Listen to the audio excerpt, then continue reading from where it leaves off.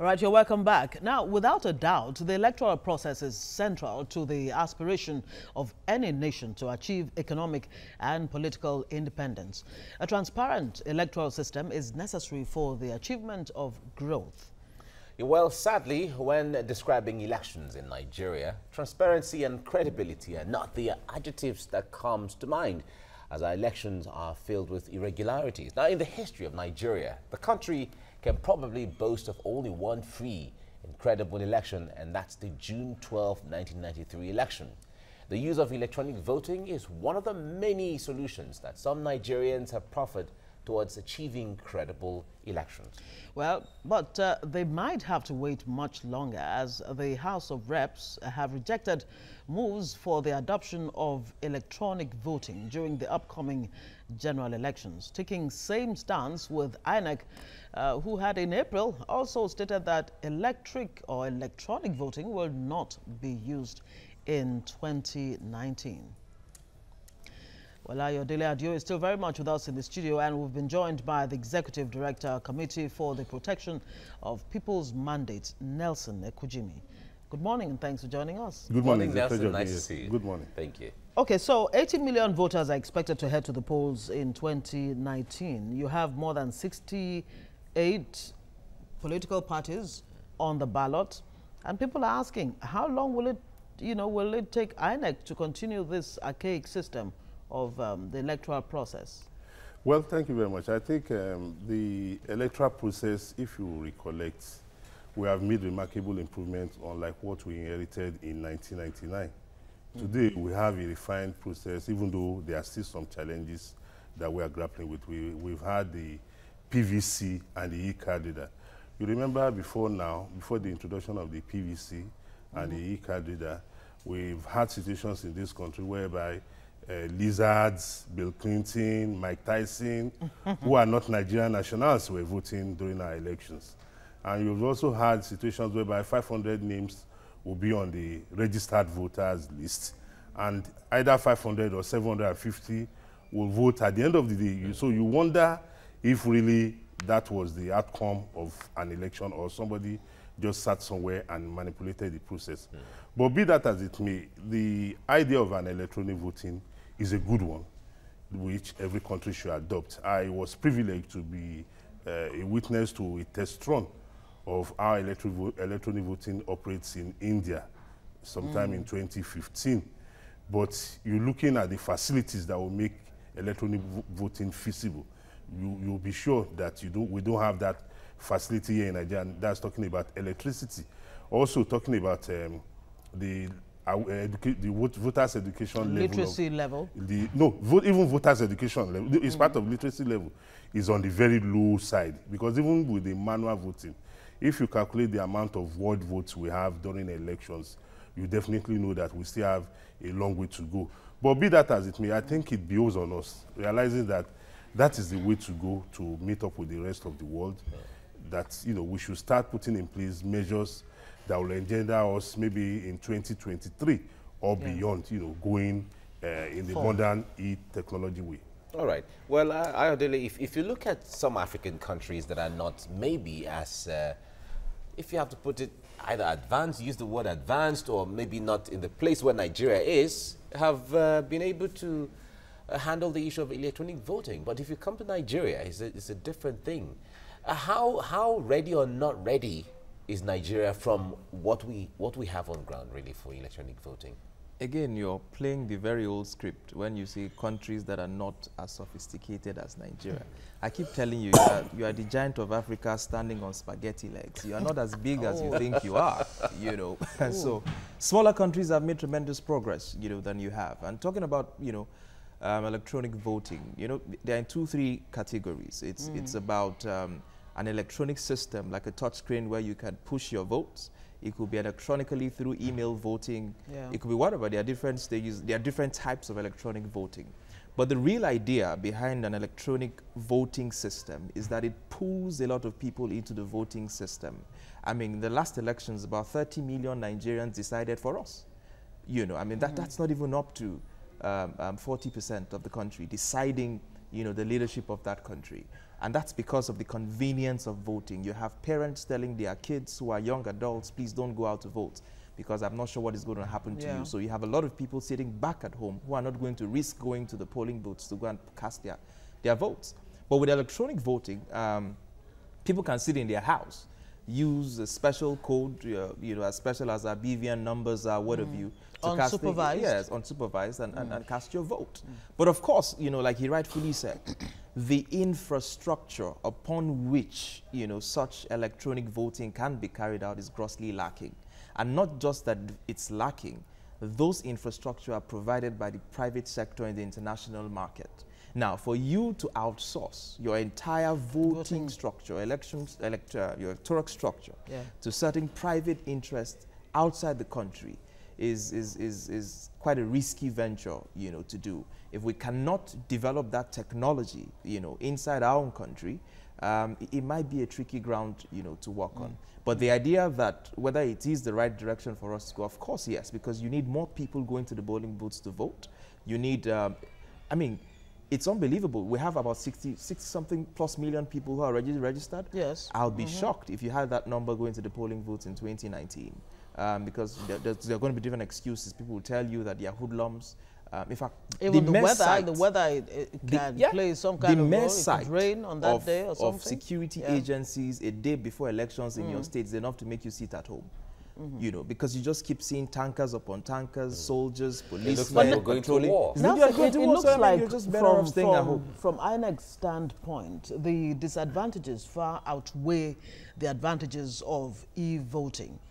But then again, there's this contradictory aspect of the whole thing. When INEC says we will use e-voting or the electronic system to collate and, of course, transmit the results.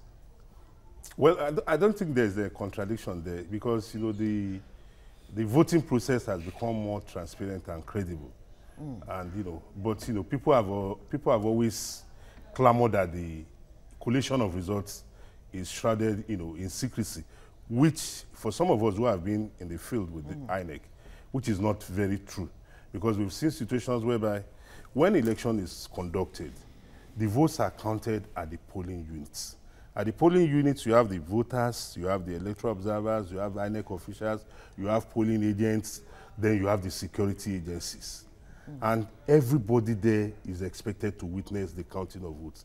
Immediately the counting of votes is concluded at that level, it moves to the ward level. But what we should be asking is that these participants, these stakeholders, are they also present at that other level? And most of the time you find out that the parties, agents, or even the observers only participate at the voting points and at the final state collation or the federal collation center. Going to the ward and local government, a lot of times you find that people who are supposed to be there don't take the collation serious. But with the introduction of the electronic collation now, it means that even if they are not there, you know, that, you know, this process can be assessed transparently. Because I've been a witness to ward and local government collation centers. And when you get there and INEC starts collating the results, you find only the security agencies and some observers.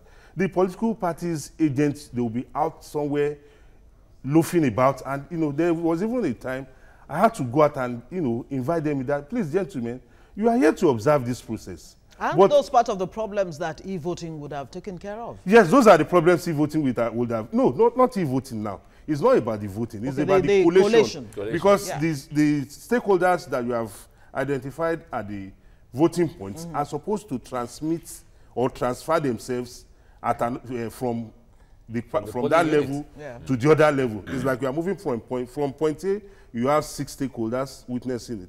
Point B, except the voter now who will be absent, those stakeholders, the observers, the security agencies, the party agents, and the INEC, they will also go to that level at the ward.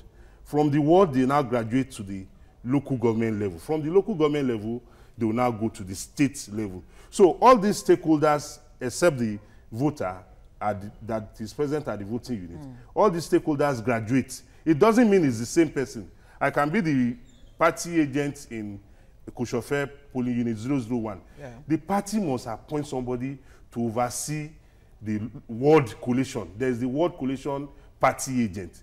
There's the local government collation party agent. There's the state collation party agent. So those are the eyes of the political parties. But most of the time, you find out that they will participate at the lower level. They will leave those two other layers, or they will miss one of the layers. And when the result comes out and is unfavorable, even though some of them, if you recollect at the last Anambra gubernatorial election, Edo gubernatorial election, one of the party agents at the State Collation Center was raising objection about the result from a particular local government. And the returning officer said, my friend, your agent signed this result. If your agent that you have designated to perform a tax, to be your eye, has performed that tax, he has not come to you to tell you that he was induced or that he was threatened to sign it. So, my friend, why are you raising this objection? Immediately, the INEC umpire told the party collation officer that what sort of objection is this? Is illogical. But don't you think there's something wrong even in that whole system? Because it sounds almost complicated. No, it's not. It's not. I mean, I don't know if I get your point that you know, there's too much human interface, exactly, at various levels, and of course that's the stage we are in. And of course, you know, like we have rightfully argued, that the adoption of technology boycotts all of those processes. So from the moment you are clicking your vote in, it's already counted automatically. So in fact, at the time voting ends, you already know the results. You know, it's just like taking the CBT examination. At the time you finish, you know whether you pass or you fail, you know, at the end of the day. And that's quite a good direction to head to, you know. But at the moment, the cost of laying down those infrastructures are humongous. Even though at the long term, you know, it's cheaper for us as a country because it's a one-time fixed cost, you know, that running into the future becomes cheaper. But the funds to put those things together and infrastructure is usually high. And of course, I don't buy the argument that we are not sophisticated enough because of the level of people in rural Nigeria and the rest. Because it will shock you how people who can't speak a single English operate the ATM machines, use the phones. I mean, I was in Kano recently and somebody, a taxi driver, recognized me at the airport and showed me a video from TVC that he had downloaded. Wow. It was shocking. I also saw 12 videos of a presidential aspirant that he had. And I was asking, how did you get it? He couldn't speak a single English. And he said he shares these videos with his friends. And I was shocked how he's on Facebook. He can go there, he can download videos, he knows how to share. You know, so I think these are simple processes that when you show any adult, you touch this on 2-3 occasions, he gets the gist. You know, but I understand that we're not at that point yet because of the cost required, you know, and all of that. Of course, there are laws now backing electronic voting. I think the Senate did justice to that sometime last year, you know, to amend the Electoral Act to allow for electronic voting. But the infrastructure and the cost is the problem. Yes, but when we're looking at the issue of voter education or voter enlightenment, like you said, you'll be shocked because when it comes to operating social media, everybody understands. Yes, so many people understand it. In fact, people are buying smartphones all over the place. Yes. It's the same thing. Yes. It just has to do with understanding the particular platform. It's like an app. You download the app, you have to understand that particular app. Yes. But when it comes to educating the voter, that enlightenment we are talking about, whose responsibility? Is it INEC or is it the political party? It's a collective responsibility because it has to do with our collective destiny. Because if you abdicate your responsibility to somebody else, anything can happen to your destiny. So for me, it's because like our people used to say, you can't love me more than myself. Yeah. If you love me more than myself, then we use this Yoruba proverb that meaning that the snake has hands and legs, and you and I know very well that the snake does not have any of those features. So it behoves on us all, and it also behoves on us. If people say the weather, I laugh. Weather to determine 4 years of your life, even a day of my life, I can't give it to you to vote for me. So I think the people have to understand the reason why they are voting.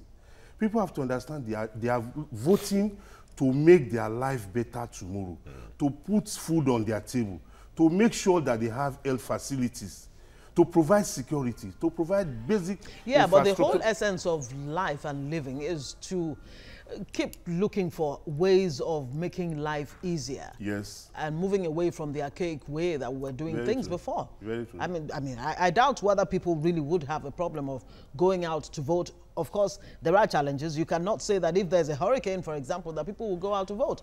But if there was electronic voting, that problem would have been solved, don't you think? But then again, we need to bear in mind that even as we talk about e-voting as being the way to go, really, come to think of it, in Africa, it's only Namibia that's been able to successfully go the way of e-voting.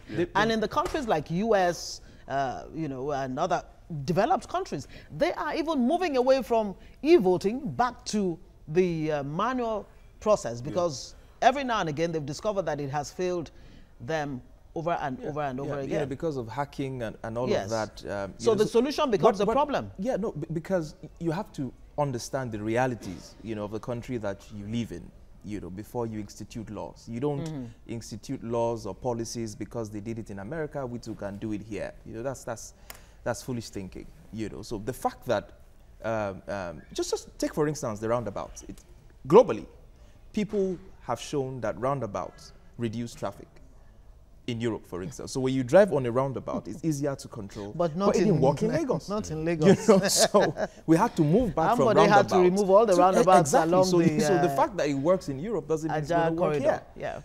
And he raised a very important point that people have to realize that it's about their lives. And that's the biggest disconnect. And that's where voter education should come in. Because the thing I've noticed traveling around several states in the country is that people cannot draw the connection between their poverty and governance. They think they are poor because they are destined to be poor, not because the government has failed them. Until they can see that they are poor because the government has failed and they are not poor because of God, then you'll see people take these civic responsibilities more seriously. Yeah, even apart from that, there are people who feel that we're not satisfied by this government. I'm just trying to say, when they say we're not satisfied by this government, instead of being part of the system to either change it, they prefer to stay away. He said the government, that when people are poor, that they don't believe it's the government that I think we must also state it very clearly that even the people themselves have failed themselves. Because when election comes, or even before elections, you are not monitoring events, you are not contributing, you are not, a candidate election will come, people will tell you they don't know this candidate. And you ask, did they just paste his posters overnight? This is a candidate that emerged from the party. From that level, the awareness should be created in you. Oh, these are the party's candidates. Who will I choose from this people? For you to start doing your own search. But come the day of election, people come to the polling units and they come there waiting for who to entice them. Is it party A or party B? And it has even gotten to the level that the parties now will tell them, go and vote and show me before, it's like, come back and collect whatever it is, because some of them have been playing fast one on the agent. So you see somebody voting, after he must have voted, he will now stretch the ballot paper. You think he's trying to make sure of what he has voted. Meanwhile, he's passing a message to the creditor. That creditor, I perform my own role. I hope you're seeing it.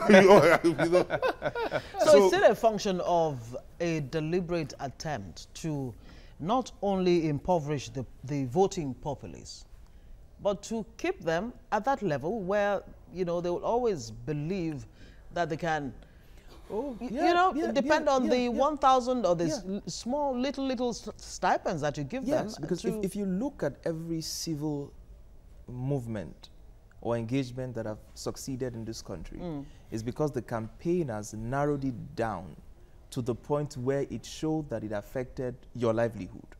That was the reason why Belewura, the Alaga of Ereko market was able to mobilize thousands of women in the 1940s because she was able to show them that the taxes that were being levied on you is making it unable for you to pay for certain basic necessities. So they could feel the pain in their pockets that they were being taxed. They could feel the pain in their pockets, The same thing with Funmilayo Ransome-Kuti. She made it clear to you, all the women, that of course if you keep paying these taxes that are accounted for, She get power. removed the allocation of Exactly. So it was because people could feel it directly in their pocket. Somebody could tell them that, this is why you are poor. It almost feels like people of those days were more enlightened politically. Yeah, exactly. The consciousness was quite there. Now, let's come to the issue of the legal framework now. A lot of persons have said, well, it's part of the hitch that issues of electronic voting are going to have. Because now as it is, INEC is going to work based on the legal framework that is provided, as the case may be. They can't go beyond that. And when it comes to the electoral guidelines and electoral acts and all of that, it doesn't provide for electronic voting in that sense. Yes, you know. As a matter of fact, Section 52, subsection 1, actually makes it an offense for INEC to conduct e-voting during election. Yes, you know, INEC is an institution set up by law. And every activities of theirs must be guided by the law. So unless and until all the stakeholders, because when we're talking about the stakeholders, we're talking about Nigerians now. It is not the responsibility of INEC alone. The legislator, the market woman or man, the taxi driver, that look, this is about our life. How do we make elections simpler for ourselves?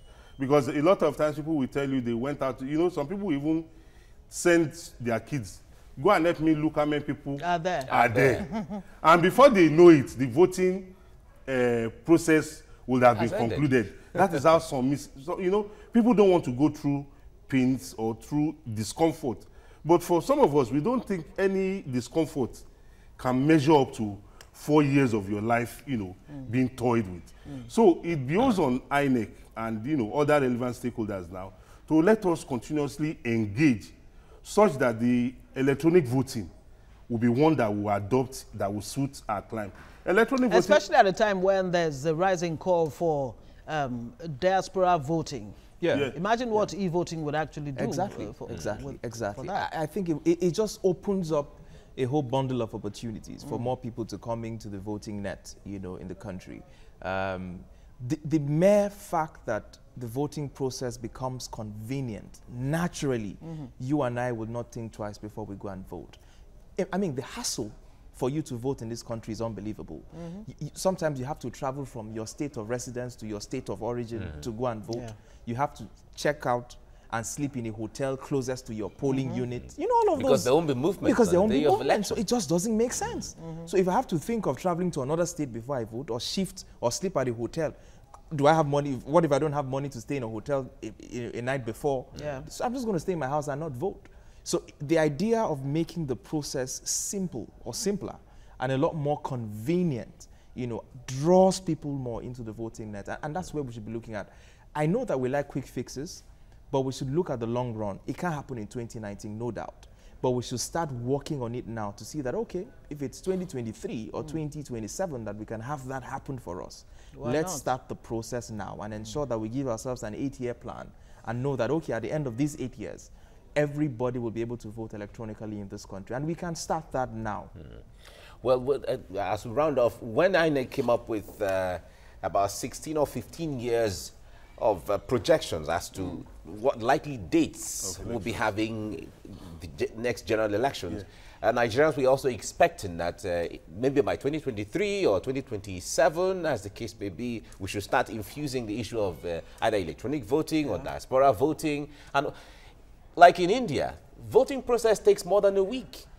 In South Africa, it takes about 3 days or 4 days because diaspora voters have to vote first, and then senior citizens have to vote the next, you know, and so on. And essential services, military, police, journalists, and all of that have to vote. Well, the truth of the matter is that while INEC is, you know, rolling out its plans, it builds on other stakeholders, including you and I, to realize that we also have to roll out our plans. And part of our plans is to engage the electoral umpire. You know, severally I've told people that, look, when we appoint or elect people into public offices, it's not that they have all the wisdom in the world. We are citizens. We also have a role to play. Like INEC came up with that, you know, their plans. And one expected that even with INEC plan, the security agencies should wake up and start mapping out plans how to reduce violence, you know, and all the stuff, electoral malpractices during elections. Even the political parties should start engaging their supporters, educating people, the civil society. You know, every one of us has a role to play in the electoral process. So this engagement we are even having now, it should also serve as a wake-up call to all of us that, look, this is the way to go. Because life is about solving problems. Even while you are solving a problem, it could also be creating another one. So we must not give up. We must always desire or advocate or look for ways that will make life, more ameliorable for the ordinary. And it seems Kaduna State was able to test the waters as far as e-voting is concerned. I mean, the local government, they did quite, they did quite a good job, adopting that. Even one of the bragging rights of Kaduna State, that was so transparent that even the opposition won a few local governments. So I mean, it's a step in the right direction, and it also shows that states can also show leadership and not waiting for this utopian, let us decentralize every now and then. When there's an issue, you point to the federal government. Exactly. Certain states have taken bold initiative and have done, things that even the federal government are dreaming of doing.